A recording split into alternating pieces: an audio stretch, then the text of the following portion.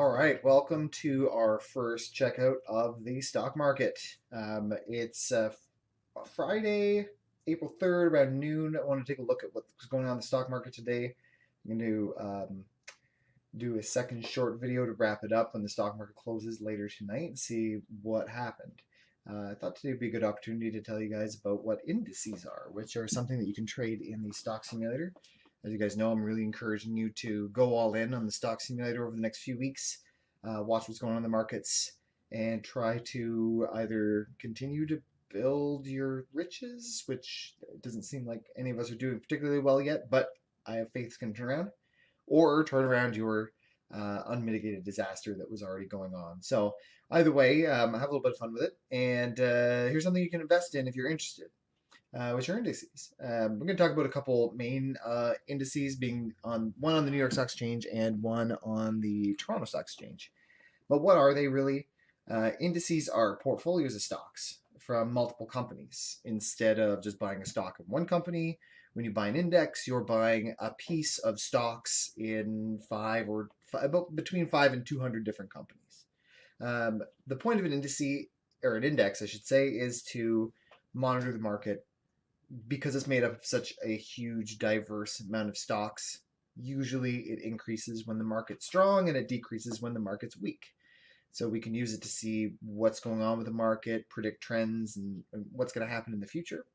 But as well, you can invest in them and make money on them, especially when a particular country stock market is doing really, really well.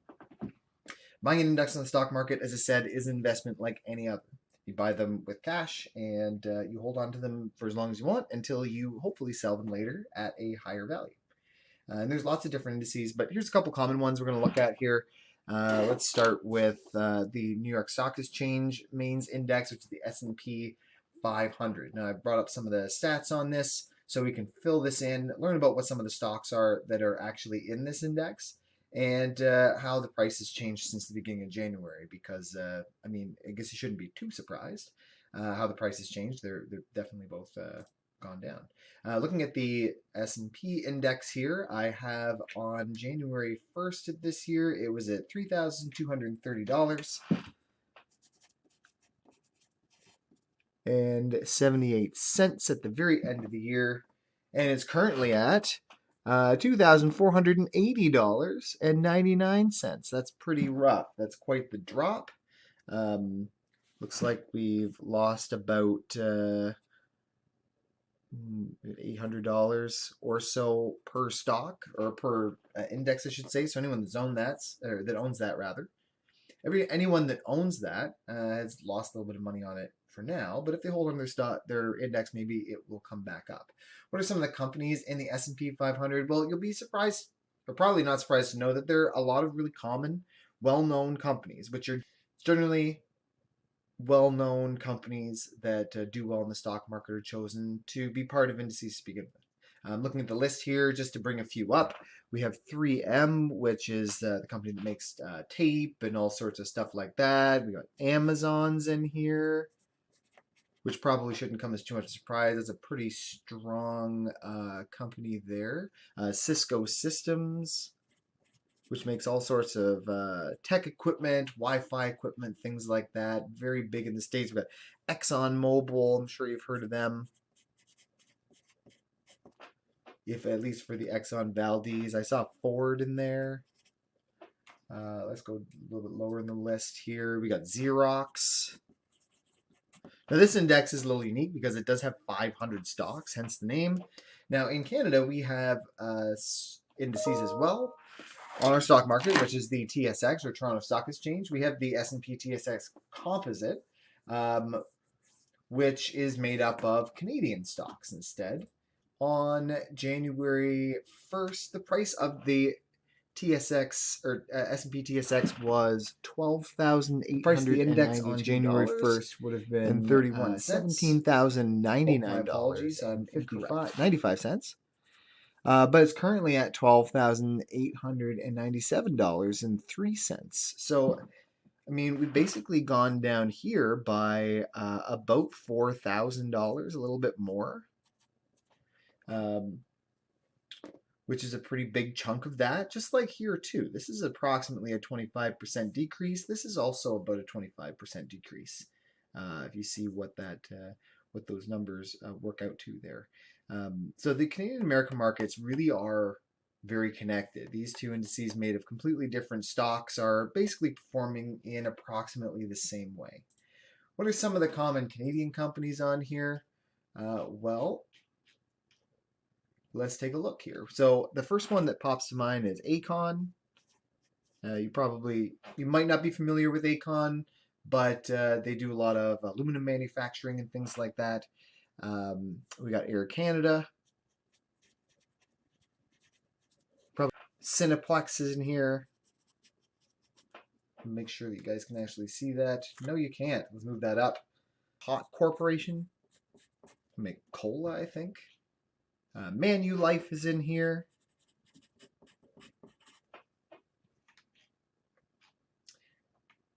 Telus. So there's lots of, again, very well-known Canadian corporations in here. And this is just a few of the ones that are on the list. You may be more familiar with some of the other ones than I am based on what sort of areas that you and your family are into to learning about.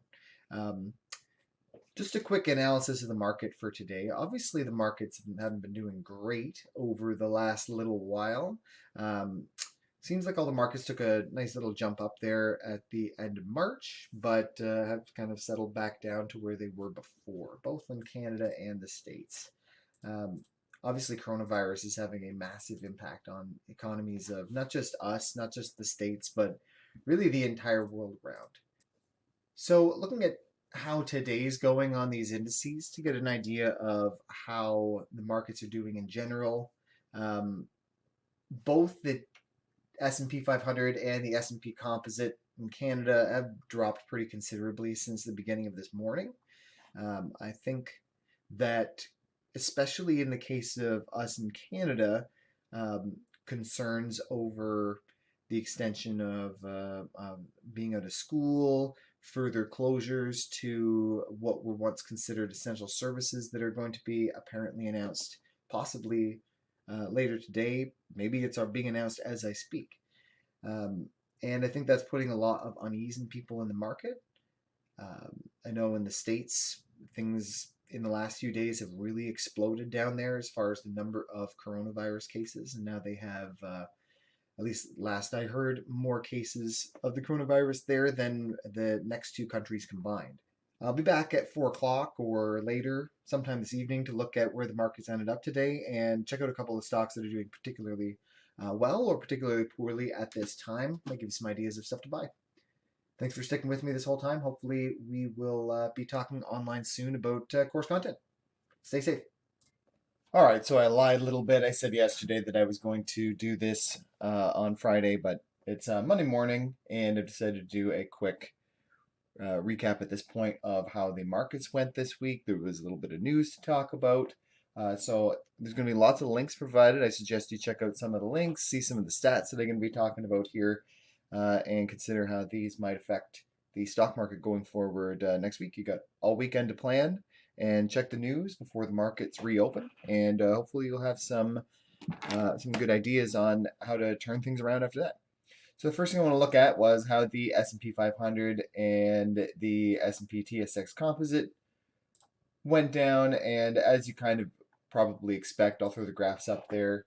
They didn't do great today. They're all down a good 1% or so, 1.5% over the course of the day, though they did have a little jump at the end of the day. You find that happens a lot on Fridays as people get kind of geared up for the weekend, and they'll, I don't know, I guess spend a little bit of money, a little bit more money on stocks than they might necessarily be worth. Is there some news that has influenced the markets? Well, yesterday in Ontario, Doug Ford announced more businesses are now being designated as non-essential. You can find the link to the article there. And that's certainly going to have some effect on the market.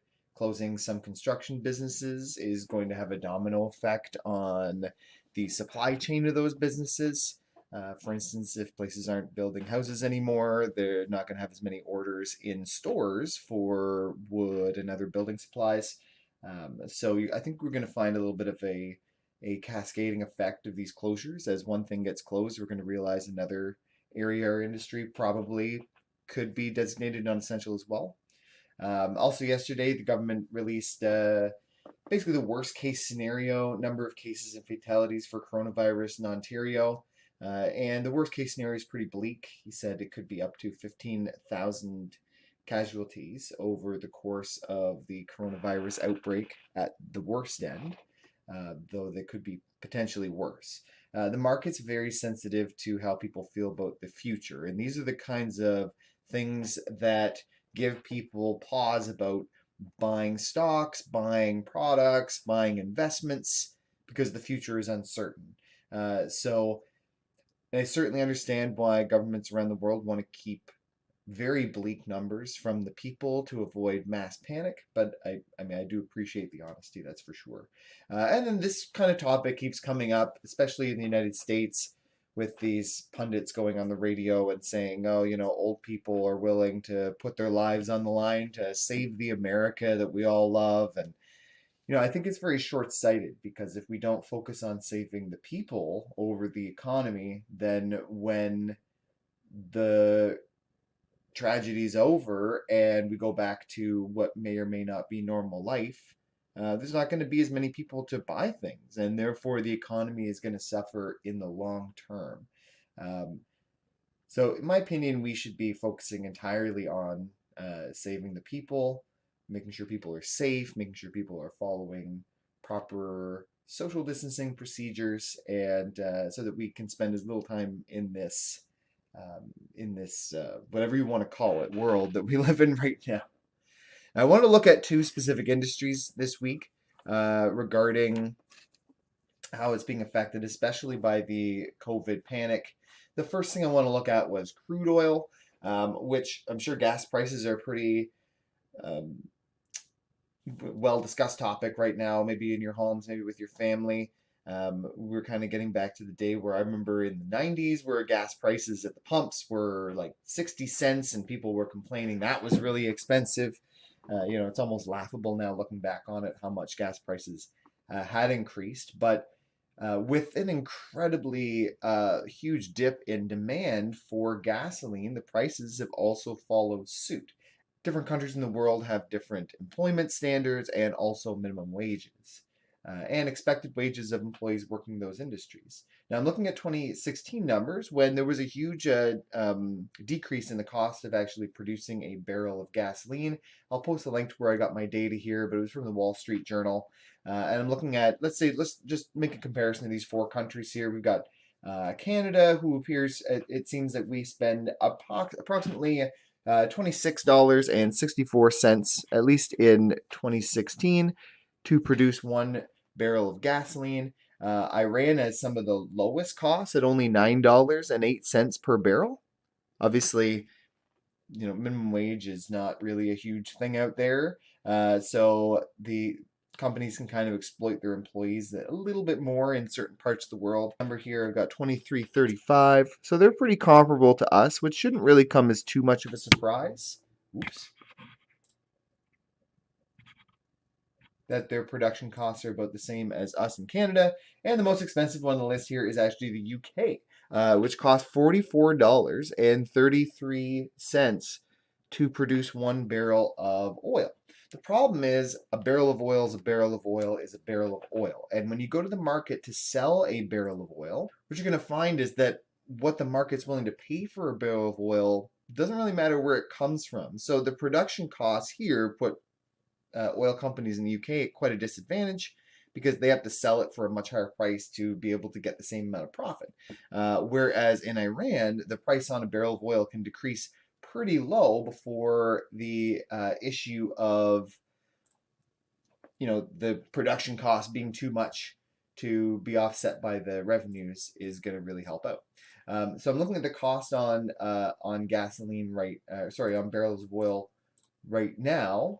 And, if we look at the current price of a barrel of oil, right now I'm looking at the current price being about $29.11 approximately. Again, this price is always changing. So this is just based on the data I'm looking at from the source that I've got that is obviously in the links for you to check out.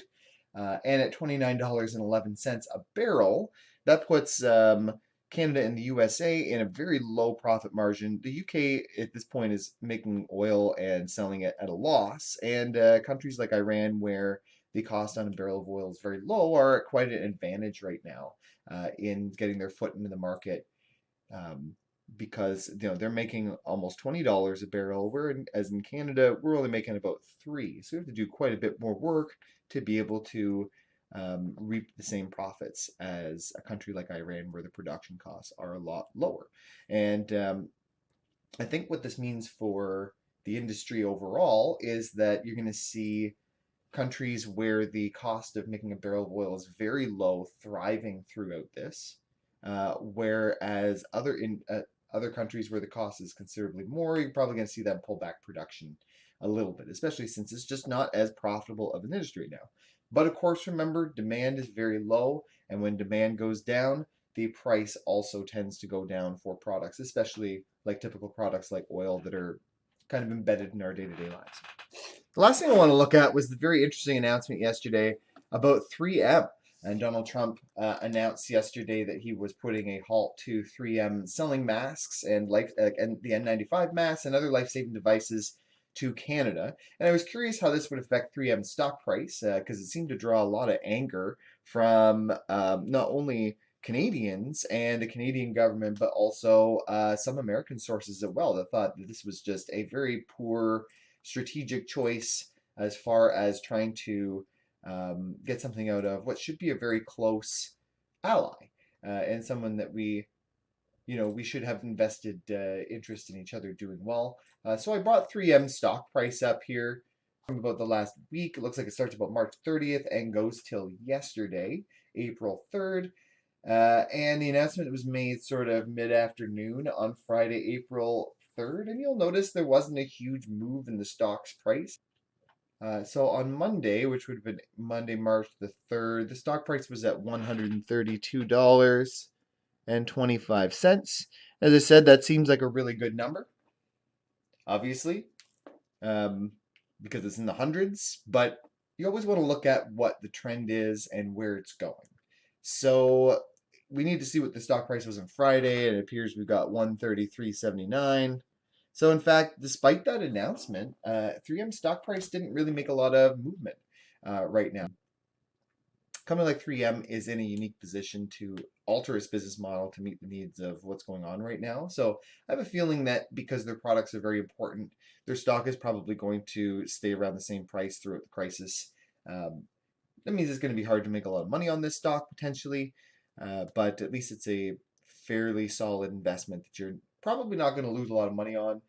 I would even predict that it might even go up over the coming weeks as they shift some of their production into medical devices and things, and meet the needs of the market as they come in changing on a regular basis. All right, that's the end of this week, guys. Check in next week for more lesson videos, as well as another analysis of the stock market coming at the end of the week.